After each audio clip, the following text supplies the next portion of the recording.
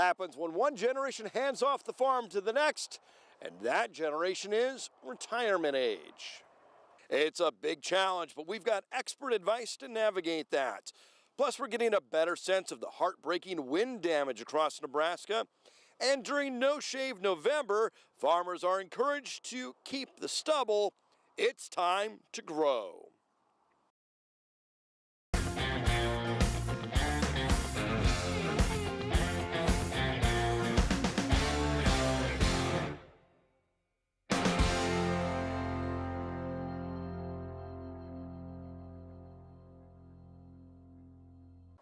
After setbacks, Nebraska growers make quick work of harvest with mixed results to show for it. The latest government estimate calls this a record year for soybean production, 328 million bushels across the state, and that's quite a bit better than the previous forecast, with 58 bushels an acre average on beans. Corn, on the other hand, coming in under expectations. That wind likely a factor. Still a strong crop statewide, averaging 179 bushels on corn.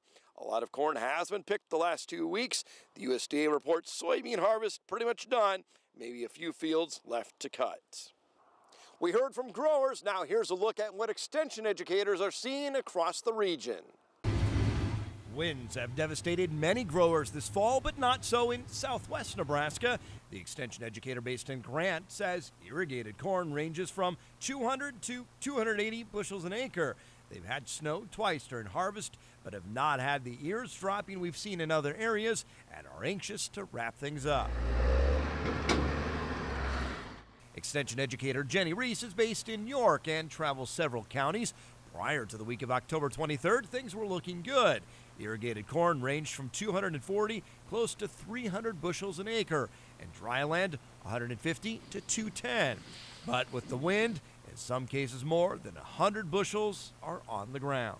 Sarah Schlund travels from Lexington to Grand Island and says some guys are disheartened with the wind damage. Losses came across several different hybrids. On a positive note, she's had reports beyond 260 bushels an acre on irrigated corn, but losses on the ground from 5 to more than 100 bushels an acre.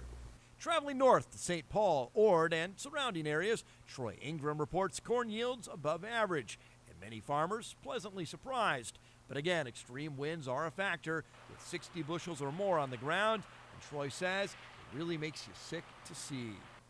Rodrigo Worley, an extension crop specialist in North Platte, reports winds as well. His research plots show some hybrids did better than others at holding the ears, and says producers and agronomists should take good notes which hybrids performed the best in the wind. And we asked farmers in this year's LEAD class how harvest is going. It's been one of the worst ones I've been involved with. We've had a lot of wind, we've had snow, rain. We'll probably get done 4 or 5 days. Not going to be the first ones done, but it's going very well, and just a couple more fields to go for us. I'm done. Finished on Friday, so that's a good feeling. And speaking of the LEAD program, the state's next Ag Leaders meeting, learning about communication. It's just one seminar class 37 of Nebraska LEAD is taking part in over 2 years. They're learning about energy, politics, and international agriculture. For some, it's a chance to learn ways to boost their own community. For others, it's helping them tell the world about agriculture.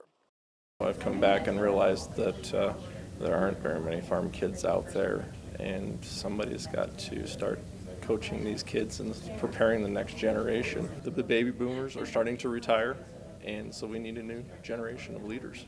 Feeding the world's probably the most important job that we have, and there are so few of us that it's irresponsible not to tell our story and to tell a good story. Tax reform is the talk at the state and national level. So we wanted to know, what taxes are you most concerned about? Federal income tax, local property tax, sales tax, or all of the above? The clear winner here, property taxes, followed by that all of the above category. During this No Shave November, farmers are encouraged to keep the stubble. They did have cameras mounted on the auger. In the cab of his tractor, Zach Honeycutt is surrounded by monitors. Even as agriculture gets more high-tech, what's old is new again. as farmers plant cover crops right after harvest. Jumping into it with both feet and putting cover crops on every acre that we farm. While also leaving lots of residue in the field. Some call it farming ugly, but decades of research shows it works. We don't want to leave just a bunch of black dirt sitting out there because we kind of like to keep it in place. The strip till kind of bridges the gap pretty well between the two practices. And sometimes it, depending on how we do it, it even leaves most of the stalks standing so we can catch snow in the winter and still maintain a lot of those benefits. A USDA campaign encourages farmers to keep the stubble with what they're calling NoTill November. Keeping that residue out there, keep the sun and wind off the soil surface, and absorb that raindrop impact. Paul Yassa says leaving corn stalks can save up to 5 inches of irrigation water, an economic savings of $75 an acre. And on dry land, more rain soaking in leads to better yields. I need to get paid a lot if I'm going to give up my residue, if I'm giving up that much yield of the corn. Conservationists say the best thing farmers can do is leave ground undisturbed. Plus, with cover crops, get extra carbon in the soil. And Zach says those cover crops have been effective on their farm. We like what we saw from the weed suppression side, and just seeing the different soil structure that we saw even in year one on some of these fields was pretty impressive. And tillage is the subject of our poll question. What's your preferred method of tillage? Do you disc your fields or maybe strip till? Or you're in the no-till camp or something else? Follow Grow on Twitter to weigh in. Our world is changing, and state leaders want kids to be able to compete in a global economy, and that includes within our top industry. True or false? There's no question about it. Agriculture fuels Nebraska, and this global industry is changing quickly. Correct.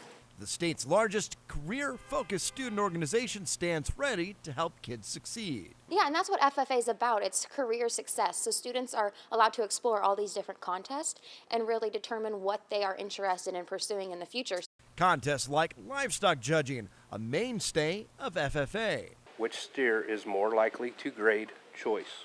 Skills go beyond the livestock arena with a focus on critical thinking. The livestock judging is really good with not only looking at livestock and having to put the concepts of what a good livestock should look like for your market and your muscle quality, but it's also public speaking. Students have to actually look at this class and rationalize why they placed it the way they did. Students say ranking the livestock they see is often the easy part.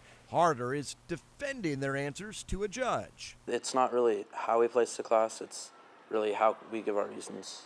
The gear needed for this district contest ranges from boots to Beats headphones as kids produce video and blogs about agriculture. I like the more business side of ag, and I've done it for the past 4 years, and we've made it to state twice, so hoping to do that again this year.